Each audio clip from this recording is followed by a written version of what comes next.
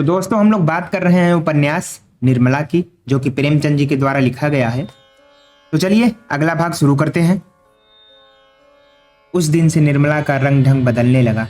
उसने अपने को कर्तव्य पर मिटा देने का निश्चय कर दिया। अब तक नैराश्य के संताप में उसने कर्तव्य पर ध्यान ही न दिया था। उसके हृदय में विप्लव की ज्वाला सी दहकती रहती थी, जिसकी असहाय वेदना ने उसे संज्ञाहीन सा कर रखा था। अब उस वेदना का वेग शांत होने लगा। उसे ज्ञात हुआ कि मेरे लिए जीवन का कोई आनंद नहीं। उसका स्वप्न देखकर क्यों इस जीवन को नष्ट करूं? संसार में सब के सब प्राणी सुख सेज ही पर तो नहीं सोते। मैं भी उन्हीं भागों में से हूं। मुझे भी विधाता ने दुख की गठरी ढोने के लिए चुना है। वह बोझ सिर से उतर नहीं सकता। उसे फेंकना भी चाहूं तो नहीं फेंक सकती। उस कठिन भार से चाहे आंखों में अंधेरा छा जाए, चाहे गर्दन टूटने लगे, चाहे पैर उठाना दुरुस्त हो जाए, लेकिन वह गठरी ढोनी ही पड़ेगी। उम्र भर की कैदी कहाँ तक रोएगा? रोए भी तो कौन देखता है? किसे उस पर दया आती है? रोने से काम में हर्ज होने के कारण उसे और यातनाएं ही तो सहनी पड़ती हैं। दूसरे दिन वकील साहब कचहरी से आए तो देखा निर्मला की सहास्य मूर्ति अपने कमरे के द्वार पर खड़ी है। वह अनिंद्य छवि देखकर उनकी आंखें तृप्त हो गईं। आज बहुत दिनों के बाद उन्हें यह कमल खिला हुआ दिखलाई दिया। कमरे में एक बड़ा सा आईना दीवार में लटका हुआ था। उस पर एक पर्दा पड़ा रहता था। आज उसका पर्दा उठा हुआ था। वकील साहब ने कमरे में कदम रखा तो शीशे पर निगाह पड़ी। अपनी सूरत साफ साफ दिखाई दी। उनके हृदय में चोट सी लग गई। दिन भर के परिश्रम से मुख की कांति मलिन हो गई थी। भांति भांति के पौष्टिक पदार्थ खाने पर भी गालों की झुर्रियां साफ दिखाई दे रही थी। टोन कसी होने पर भी किसी मुंहजोर घोड़े की भांत बाहर निकली हुई थी। आईने के ही सामने किंतु दूसरी ओर ताकती हुई निर्मला भी खड़ी थी। दोनों सूरतों में कितना अंतर था। एक रत्न जटित विशाल भवन, दूसरा टूटा फूटा खंडहर। वह उस आईने की ओर न देख सके। अपनी यह हीनावस्था उनके लिए असहाय थी। वह आईने के सामने से हट गए। उन्हें अपनी ही सूरत से घृणा होने लगी। फिर इस रूपवती कामनी को उनसे घृणा करने का कोई आश्चर्य की बात न थी। निर्मला की ओर ताकने का भी उन्हें साहस न हुआ। उनकी यह अनुपम छवि उनके हृदय का सूल बन गई। निर्मला ने कहा, आज इतनी देर कहाँ लगाई? दिन भर राह देखते देखते आंखें फूट जाती हैं। तोताराम ने खिड़की की ओर ताकते हुए जवाब दिया, मुकदमों के मारे दम मारने की छुट्टी नहीं मिलती। अभी एक मुकदमा और था, लेकिन मैं सिरदर्द का बहाना करके भाग खड़ा हुआ। निर्मला, तो क्यों इतने मुकदमे लेते हो? काम उतना ही करना चाहिए जितना आराम से हो सके। प्राण देकर थोड़े ही काम किया जाता है। मत लिया करो बहुत मुकदमे। मुझे रुपयों का लालच नहीं। तुम आराम से रहोगे तो रुपए बहुत मिलेंगे। तोताराम, भाई आती हुई लक्ष्मी भी तो नहीं ठुकराई जाती। निर्मला, लक्ष्मी अगर रक्त और मांस की भेंट लेकर आती है तो उसका ना आना ही अच्छा। मैं धन की भूखी नहीं हूं। इसी वक्त मनसाराम भी स्कूल से लौटा। धूप में चलने के कारण मुख पर पसीने की बूंदें आई हुई थी। गोरे मुखड़े पर खून की लाली दौड़ रही थी। आंखों से ज्योति सी निकलती मालूम होती थी। द्वार पर खड़ा होकर बोला, अम्मा जी लाइए, कुछ खाने का निकालिए, जरा खेलने जाना है। निर्मला जाकर गिलास में पानी लाई और एक तस्तरी में कुछ मेवे रखकर मनसाराम को दिए। मनसाराम जब खाकर चलने लगा तो निर्मला ने पूछा, कब तक आओगे? मनसाराम, कह नहीं सकता। गोरों के साथ हॉकी का मैच है। भारत यहाँ से दूर है। निर्मला, भाई जल्दी आना, खाना ठंडा हो जाएगा तो कहोगे मुझे भूख नहीं है।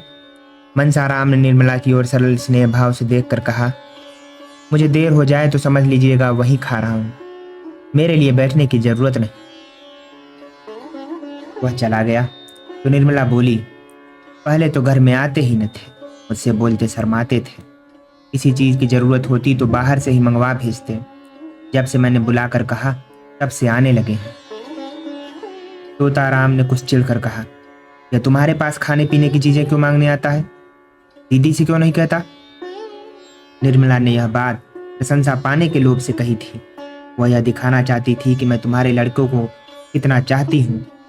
यह कोई बनावटी प्रेम न था। उसे लड़कों से सचमुच स्नेह था। उसके चरित्र में अभी तक बाल भाव ही प्रधान था।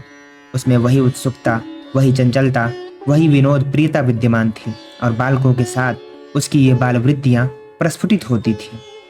पत्नी सुलभ ईर्ष्या अभी तक उसके मन में उदय नहीं हुई थी, लेकिन पति के प्रसन्न होने के बदले नाग भाव सिकोड़ने का आशय न समझकर बोली, मैं क्या जानूं, उनसे क्यों नहीं मांगते? मेरे पास आते हैं तो दुत्कार नहीं देती। अगर ऐसा करूं तो यही होगा कि यह लड़कों को देखकर जलती है। मुंशी जी ने इसका कुछ जवाब न दिया, लेकिन आज उन्होंने मुवक्किलों से बातें नहीं की। सीधे मनसाराम के पास गए और उसका इम्तहान लेने लगे। यह जीवन में पहला ही अवसर था कि इन्होंने मनसाराम या किसी लड़के की शिक्षा नृत्य के विषय में इतनी दिलचस्पी दिखाई हो। उन्हें अपने काम से सिर उठाने की फुर्सत ही न मिलती थी। उन्हें इन विषयों को पढ़े हुए 40 वर्ष के लगभग हो गए थे। तब से उनकी ओर आंख तक न उठाई थी। वह कानूनी पुस्तकों और पत्रों के सिवा और कुछ पढ़ते ही न थे। इसका समय ही न मिलता, पर आज उन्हीं विषयों में मनसाराम की परीक्षा लेने लगे। मनसाराम जहीन था और इसके साथ मेहनती भी था। खेल में भी टीम का कैप्टन होने पर भी वह क्लास में प्रथम रहता था। जिस पाठ को एक बार देख लेता, पत्थर की लकीर हो जाती थी। मुंशी जी को उतावली में ऐसे मार्मिक प्रश्न तो सूझे नहीं, जिनके उत्तर देने में चतुर लड़के को भी कुछ सोचना पड़ता, और ऊपरी प्रश्नों को मनसाराम ने चुटकियों में उड़ा दिया। कोई सिपाही अपने शत्रु पर वार खाली जाते देखकर जैसे झल्ला झल्ला कर और भी तेजी से वार करता है, उसी भांति मनसाराम के जवाबों को सुन सुनकर वकील साहब भी चिल्लाते थे। वह कोई ऐसा प्रश्न करना चाहते थे जिसका जवाब मनसाराम से न बन पड़े। देखना चाहते थे कि इसका कमजोर पहलू कहाँ है। यह देखकर अब उन्हें संतोष न हो सकता था कि वह क्या करता है। वह यह देखना चाहते थे कि यह क्या नहीं कर सकता। कोई अभ्यस्त परीक्षक मनसाराम की कमजोरियों को आसानी से दिखा देता, पर वकील साहब अपनी आधी शताब्दी की भूली हुई शिक्षा के आधार पर इतने सफल कैसे होते। अंत में उन्हें अपना गुस्सा उतारने के लिए कोई बहाना न मिला तो बोले, मैं देखता हूँ तुम सारे दिन इधर उधर मटरगश्ती किया करते हो। मैं तुम्हारे चरित्र को तुम्हारी बुद्धि से बढ़कर समझता हूँ, और तुम्हारा यूं आवारा घूमना मुझे कभी गवारा नहीं हो सकता। मनसाराम ने निर्भीकता से कहा, मैं शाम को 1 घंटा खेलने के लिए जाने के सिवा दिन भर कहीं नहीं जाता। आप अम्मा या बुआ जी से पूछ लें, मुझे खुद इस तरह घूमना पसंद नहीं। हाँ, खेलने के लिए हेडमास्टर साहब आग्रह करके बुलाते हैं तो मजबूरन जाना पड़ता है। अगर आपको मेरा खेलने जाना पसंद नहीं है तो कल से न जाऊंगा। मुंशी जी ने देखा कि बातें दूसरी ही रुख पर जा रही हैं, तो तीव्र स्वर में बोले, मुझे इस बात का इत्मीनान क्यों कर हो कि खेलने के सिवा कहीं नहीं घूमने जाते? मैं बराबर शिकायतें सुनता हूँ। मनसाराम ने उत्तेजित होकर कहा, किन महाशय ने आपसे यह शिकायत की है? जरा मैं भी तो सुनूं। वकील, कोई हो, इससे तुमसे कोई मतलब नहीं। तुम्हें इतना विश्वास होना चाहिए कि मैं झूठा अपेक्ष नहीं करता। मनसाराम, अगर मेरे सामने कोई आकर कह दे मैंने इन्हें कहीं घूमते देखा है तो मुंह न दिखाऊं। वकील, किसी को ऐसी क्या गरज पड़ी है कि तुम्हारे मुंह पर तुम्हारी शिकायत करे और तुमसे वैर मोल ले? तुम अपने 2-4 साथियों को लेकर उसके घर की खपरेल फोड़ते फिरो।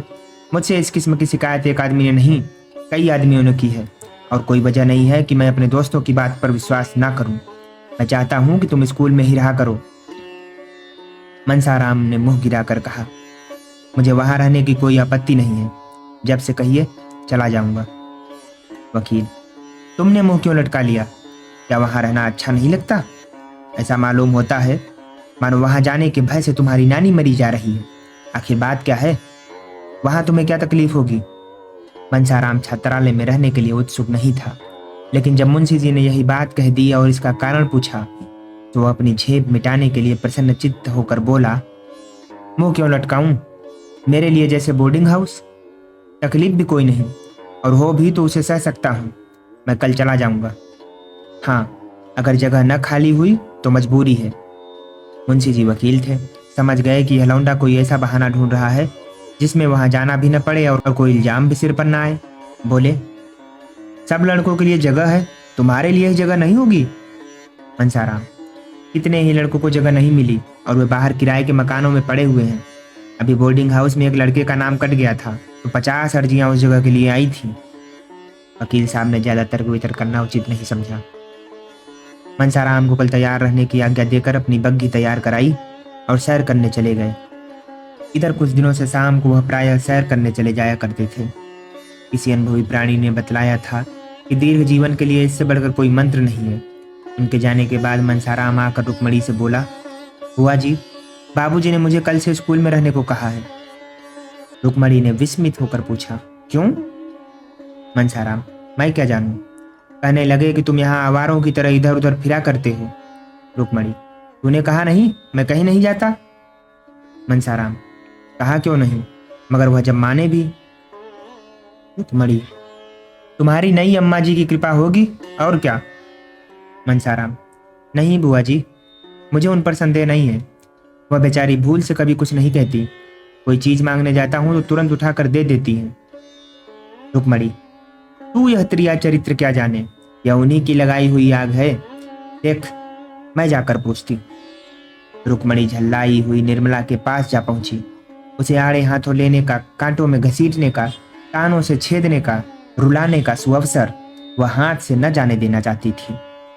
निर्मला उनका आदर करती थी, उनसे दबती थी, उनकी बातों का जवाब तक न देती थी।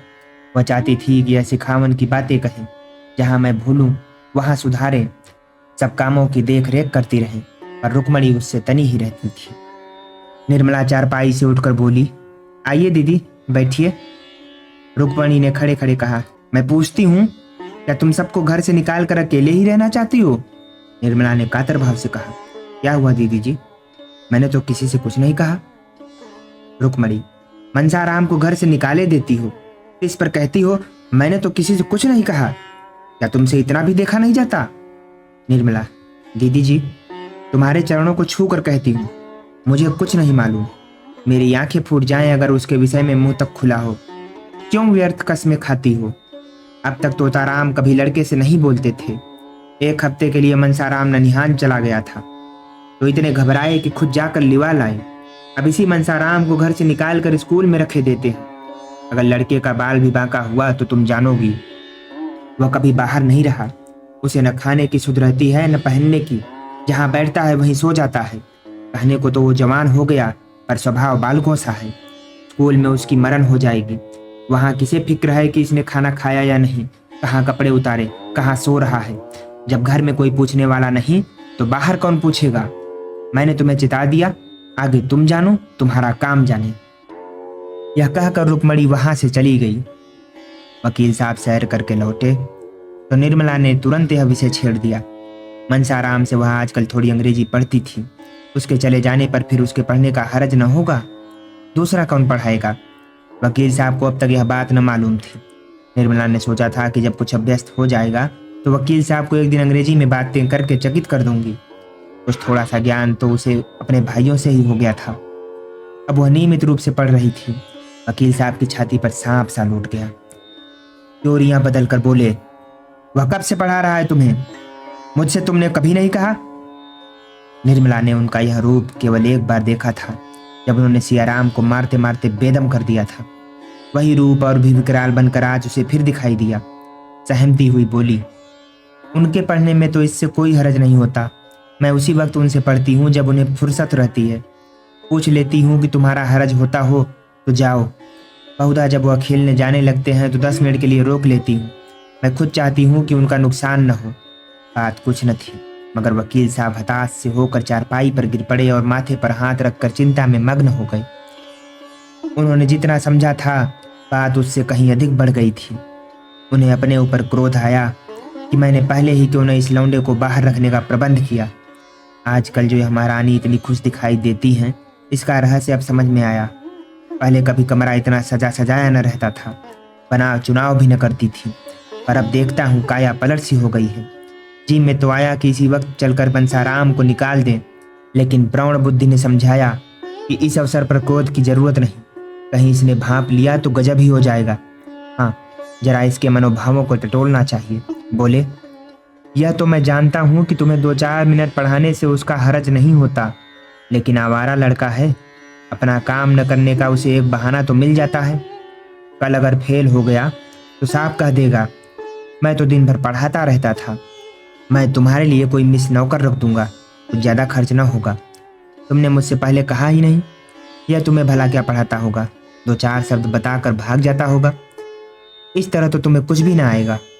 निर्मला ने तुरंत इस आक्षेप का खंडन किया। नहीं, यह बात तो नहीं।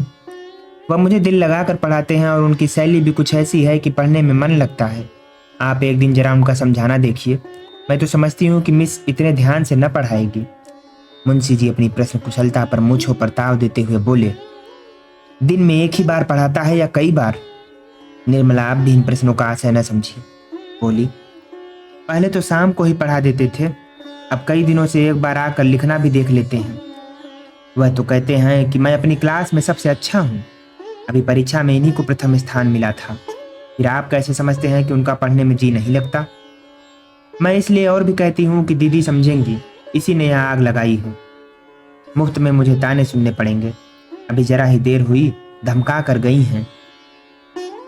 मुंशी जी ने दिल में कहा, खूब समझता हूँ, तुम कल की छोकरी होकर मुझे चराने चली, दीदी का सहारा लेकर अपना मतलब पूरा करना चाहती है। बोले, मैं नहीं समझता, बोर्डिंग का नाम सुनकर क्यों लौंडे की नानी मरती है और लड़के खुश होते हैं कि अब अपने दोस्तों में रहेंगे। यह उल्टे रो रहा है। अभी कुछ दिन पहले तो यह दिल लगाकर पढ़ता था। यह उसी मेहनत का नतीजा है कि अपने क्लास में सबसे अच्छा है, लेकिन इधर कुछ दिनों से इस सैर सपाटे का चस्का पड़ चला है। अगर अभी से रोकथाम न की गई तो पीछे करते धरते न बन पड़ेगा। तुम्हारे लिए मैं एक मिस रख दूंगा। दूसरे दिन मुंशी जी प्रातःकाल कपड़े लत्ते पहनकर बाहर निकले। दीवान खाने में कई मुवक्किल बैठे हुए थे। इनमें एक राजा साहब भी थे, जिनसे मुंशी जी को कई हजार सालाना मेहनताना मिलता था, मगर मुंशी जी उन्हें वहीं बैठे छोड़ 10 मिनट में आने का वादा करके बग्घी पर बैठकर स्कूल के हेडमास्टर के यहाँ जा पहुंचे। हेडमास्टर साहब बड़े सज्जन पुरुष थे। वकील साहब का बहुत आदर सत्कार किया, पर उनके यहाँ एक लड़के की भी जगह खाली न थी। सभी कमरे भरे हुए थे। इंस्पेक्टर साहब की कड़ी ताकीद थी कि मुफस्सिल के लड़कों को जगह देकर तब शहर के लड़कों को दिया जाएगा। इसीलिए यदि कोई जगह खाली भी हुई तो भी बंसाराम को जगह न मिल सकेगी, क्योंकि कितने ही बाहरी लड़कों के प्रार्थना पत्र रखे हुए थे। मुंशी जी वकील थे। रात दिन ऐसे प्राणियों से साबिका रहता था जो लोभवश असंभव का भी संभव, असाध्य को भी साध्य बना सकते हैं। समझे, शायद कुछ दे दिलाकर काम निकल जाए। दफ्तर क्लर्क से ढंग की कुछ बातचीत करनी चाहिए। पर उसने हंसकर कहा, मुंशी जी, यह कचहरी नहीं, स्कूल है। हेडमास्टर साहब के कानों में इसकी भनक भी पड़ गई तो जामे से बाहर हो जाएंगे और मनसाराम को खड़े खड़े निकाल देंगे। संभव है अफसरों से शिकायत कर दें। बेचारे मुंशी जी अपना सा मुंह लेकर रह गए। 10 बजते बजते झुंझलाए हुए घर लौटे। मनसाराम उसी वक्त घर से स्कूल जाने को निकला। मुंशी जी ने कठोर नेत्रों से उसे देखा, मानो वह उनका शत्रु हो, और घर में चले गए। इसके बाद 10-12 दिनों तो वकील साहब का यही नियम रहा कि कभी सुबह कभी शाम किसी न किसी स्कूल के हेडमास्टर से मिलते और मनसाराम को बोर्डिंग हाउस में दाखिल करने का चेष्टा करते। पर किसी स्कूल में जगह न थी। सभी जगहों से कोरा जवाब मिल गया। अब 2 ही उपाय थे, या तो मनसाराम को अलग किराए के मकान में रख दिया जाए या किसी दूसरे स्कूल में भर्ती करा दिया जाए। ये दोनों बातें आसान थी। मुफस्सिल के स्कूलों में जगह अक्सर खाली रहती थी, लेकिन अब मुंशी जी का संकित हृदय कुछ शांत हो गया था। उस दिन से उन्होंने मनसाराम को कभी घर में जाते न देखा, यहाँ तक कि वो खेलने भी न जाता था। स्कूल जाने के पहले और आने के बाद बराबर अपने कमरे में बैठा रहता। गर्मी के दिन थे, खुले हुए मैदान में भी देह से पसीने की धारें निकलती, लेकिन मनसाराम अपने कमरे से बाहर न निकलता। उसका आत्माभिमान आवारापन के आक्षेप से मुक्त होने के लिए विकल हो रहा था। वह अपने आचरण से इस कलंक को मिटा देना चाहता था। एक दिन मुंशी जी बैठे भोजन कर रहे थे कि मनसाराम भी नहा कर खाने आया। मुंशी जी ने इधर उसे महीनों से नंगे बदन न देखा था। आज उस पर निगाह पड़ी तो होश उड़ गए। हड्डियों का ढांचा सामने खड़ा था। मुख पर अब भी ब्रह्मचर्य का तेज था, पर देह घुलकर कांटा हो गई थी। पूछा, आजकल तुम्हारी तबीयत अच्छी नहीं है क्या? इतने दुर्बल क्यों हो? मनसाराम ने धोती ओढ़कर कहा, तबीयत तो बिल्कुल अच्छी है। मुंशी जी, फिर इतने दुर्बल क्यों हो? मनसाराम, दुर्बल तो नहीं हूं, मैं इससे ज्यादा मोटा कब था। मुंशी जी, वाह, आधी देह भी नहीं रही और कहते हो मैं दुर्बल नहीं हूं। क्यों दीदी, यह ऐसा ही था? रुक्मणी आंगन में खड़ी तुलसी को जल चढ़ा रही थी, बोली, दुबला क्यों होगा, अब तो बहुत अच्छी तरह लालन पालन हो रहा है। मैं गवारिन थी, लड़कों को खिलाना पिलाना नहीं जानती थी। खुमचा खिला खिला कर इनकी आदत बिगाड़ देती थी। अब तो एक पढ़ी लिखी गृहस्थी के कामों में चतुर औरत पान की तरह फेर रही है ना। दुबला हो उसका दुश्मन। मुंशी जी, दीदी, तुम बड़ा अन्याय करती हो। तुमसे किसने कहा कि लड़कों को बिगाड़ रही हो? जो काम दूसरों के किए न हो सके वह तुम्हें खुद करने चाहिए। यह नहीं कि घर से कोई नाता ना रखो। जो अभी खुद लड़की है वह लड़कों की देखरेख क्या करेगी? ये तुम्हारा काम है। रुकमणी, जब तक अपना समझती थी करती थी, जब तुमने गैर समझ लिया तो मुझे क्या पड़ी है कि मैं तुम्हारे गले से चिपटूं? पूछो, कई दिन से दूध नहीं पिया? जाके कमरे में देखाओ, नाश्ते के लिए जो मिठाई भेजी गई थी वह पड़ी सड़ रही है। मालकिन समझती हैं मैंने तो खाने का सामान रख दिया, कोई ना खाए तो क्या मैं मुंह में डाल दूं? तो भैया, इस तरह वे लड़के पलते होंगे जिन्होंने कभी लाड़ प्यार का सुख नहीं देखा। तुम्हारे लड़के बराबर पान की तरफ फेरे जाते रहे हैं, अब अनाथों की तरह रहकर सुखी नहीं रह सकते। मैं तो बात साफ कहती हूँ, बुरा मानकर ही कोई क्या कर लेगा। उस पर सुनती हूँ कि लड़के को स्कूल में रखने का प्रबंध कर रहे हो।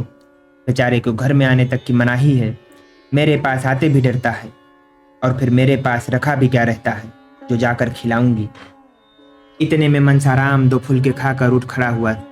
मुंशी जी ने पूछा, क्या 2 ही फुलके तो लिए थे? अभी बैठे 1 मिनट से ज्यादा नहीं हुआ। तुमने खाया क्या? 2 ही फुलके तो लिए थे।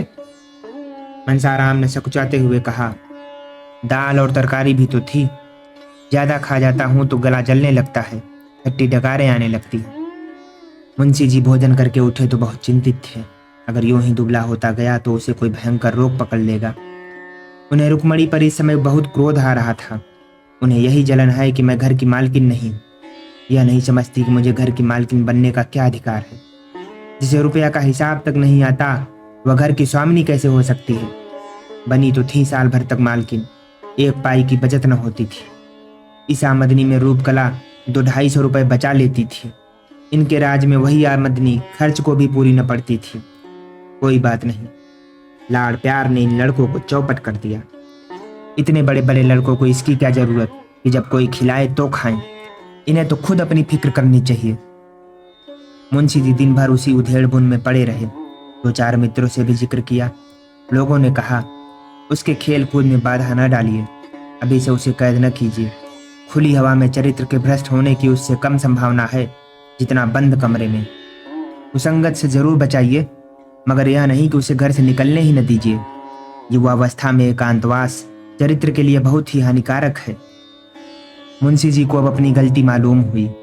घर लौटकर मनसाराम के पास गए। वो अभी स्कूल से आया था और बिना कपड़े उतारे एक किताब सामने खोलकर सामने खिड़की की ओर ताक रहा था। उसकी दृष्टि एक भिखारिन पर लगी हुई थी जो अपने बालक को गोद में लिए भिक्षा मांग रही थी। बालक माता की गोद में बैठा ऐसा प्रसन्न था मानो वह किसी राज सिंहासन पर बैठा हो। मनसाराम उस बालक को देखकर रो पड़ा। यह बालक क्या मुझसे अधिक सुखी नहीं है? इस अनंत विश्व में ऐसी कौन सी वस्तु है जिसे वह इस गोद के बदले पाकर प्रसन्न हो? ईश्वर भी ऐसी वस्तु की सृष्टि नहीं कर सकते। ईश्वर ऐसे बालकों को जन्म ही क्यों देते हो जिनके भाग्य में मात्र वियोग का दुख भोगना बता है। आज मुझसे अभागा संसार में और कौन है? इसे मेरे खाने पीने की मरने जीने की सुध है। अगर मैं आज मर भी जाऊं तो किसके दिल को चोट लगेगी? पिता को अब मुझे रुलाने में मजा आता है। वह मेरी सूरत भी नहीं देखना चाहते। मुझे घर से निकाल देने की तैयारियां हो रही हैं। आह माता, तुम्हारा लाडला बेटा आज आवारा कहा जा रहा है। वही पिताजी जिनके हाथ में तुमने हम तीनों भाइयों के हाथ पकड़ाए थे, आज मुझे आवारा और बदमाश कह रहे हैं। मैं इस योग्य भी नहीं कि इस घर में रह सकूं। यह सोचते सोचते मनसाराम अपार वेदना से फूट फूट कर रोने लगा। उसी समय तोताराम कमरे में आकर खड़े हो गए। मनसाराम ने चटपट आंसू पोंछ डाले और सिर झुकाकर खड़ा हो गया। मुंशी जी ने शायद यह पहली बार उसके कमरे में कदम रखा था।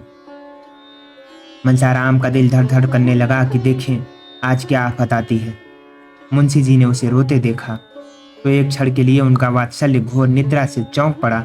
घबरा कर बोले, क्यों रोते क्यों हो बेटा? किसी ने कुछ कहा है? मनसाराम ने बड़ी मुश्किल से उमड़ते हुए आंसुओं को रोक कर कहा, जी नहीं, रोता तो नहीं हूं। मुंशी जी, तुम्हारी अम्मा ने तो कुछ नहीं कहा?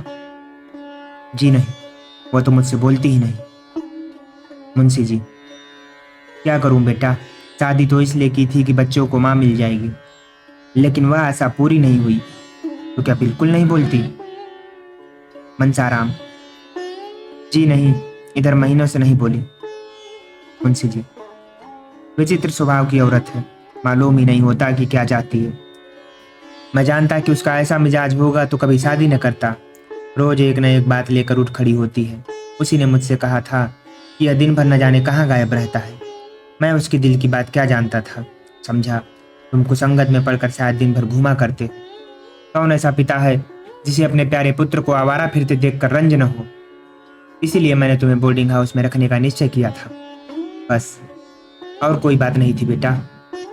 मैं तुम्हारा खेलना कूदना बंद नहीं करना चाहता था। तुम्हारी यह दशा देखकर मेरे दिल के टुकड़े हुए जाते हैं। कल मुझे मालूम हुआ मैं भ्रम में था।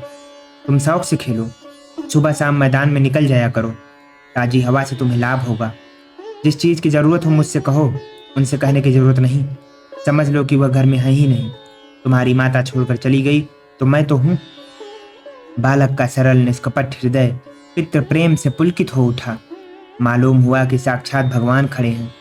नैराश्य और क्षोभ से विकल होकर उसने मन में अपने पिता को निष्ठुर और न जाने क्या क्या समझ रखा। विमाता से उसे कोई गिला न था। अब उसे ज्ञात हुआ कि मैंने अपने देवतुल्य पिता के साथ कितना अन्याय किया है।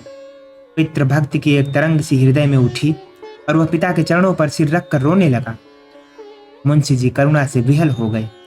जिस पुत्र को क्षण भर आंखों से दूर देखकर उनका हृदय विघ्न हो उठता था, जिसके शील, बुद्धि और चरित्र का अपने पराये सभी बखान करते थे, उसी के प्रति उनका हृदय इतना कठोर क्यों हो गया?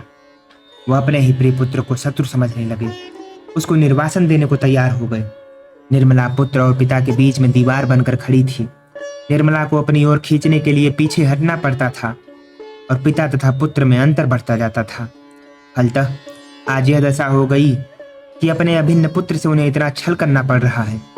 आज बहुत सोचने के बाद उन्हें ऐसी युक्ति सूझी है जिससे आशा हो रही है कि वह निर्मला को बीच से निकालकर अपने दूसरे बाजू को अपनी तरफ खींच लेंगे। उन्होंने इस युक्ति का आरंभ भी कर दिया है, लेकिन इसमें अभीष्ट सिद्ध होगा या नहीं, इसे कौन जानता है। जिस दिन से तोताराम ने निर्मला के बहुत मिन्नत समाजत करने पर भी मनसाराम को बोर्डिंग हाउस में भेजने का निश्चय किया था, उसी दिन से उसने मनसाराम से पढ़ना छोड़ दिया था। यहाँ तक कि बोलती भी न थी। उसे स्वामी की इस अविश्वासपूर्ण तत्परता का कुछ कुछ आभास हो गया था। ओफो, इतना शक्की मिजाज! ईश्वर ही इस घर की लाज रखे। इनके मन में ऐसी ऐसी दुर्भावनाएं भरी हुई हैं। मुझे यह इतनी गई गुजरी समझते हैं।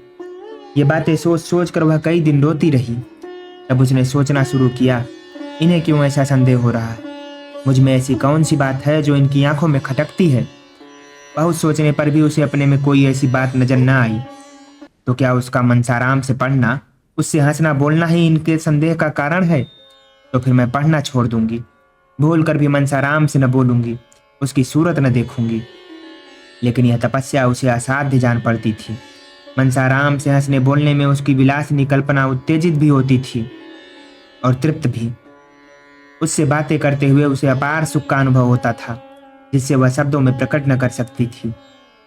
कुवासना की उसके मन में छाया भी न थी। वह स्वप्न में भी मनसाराम से कलुषित प्रेम करने की बात न सोच सकती थी। प्रत्येक प्राणी को अपने हमजोलियों के साथ हंसने बोलने की जो एक नैसर्गिक तृष्णा होती है, उसी की तृप्ति का यह एक अज्ञात साधन था। अब वह अतृप्त तृष्णा निर्मला के हृदय में दीपक की भांति जलने लगी। रह रहकर उसका मन किसी अज्ञात वेदना से विकल हो जाता। खोई हुई किसी अज्ञात वस्तु की खोज में इधर उधर घूमती फिरती, जहाँ बैठती वहां बैठी ही रह जाती। किसी काम में जी न लगता। हाँ, जब मुंशी जी आ जाते, वो अपनी सारी तृष्णाओं को नैराश्य में डुबाकर उनसे मुस्कुरा कर इधर उधर की बातें करने लगती। कल जब मुंशी जी भोजन करके कचहरी चले गए तो रुक्मणी ने निर्मला को खूब तानों से छेदा।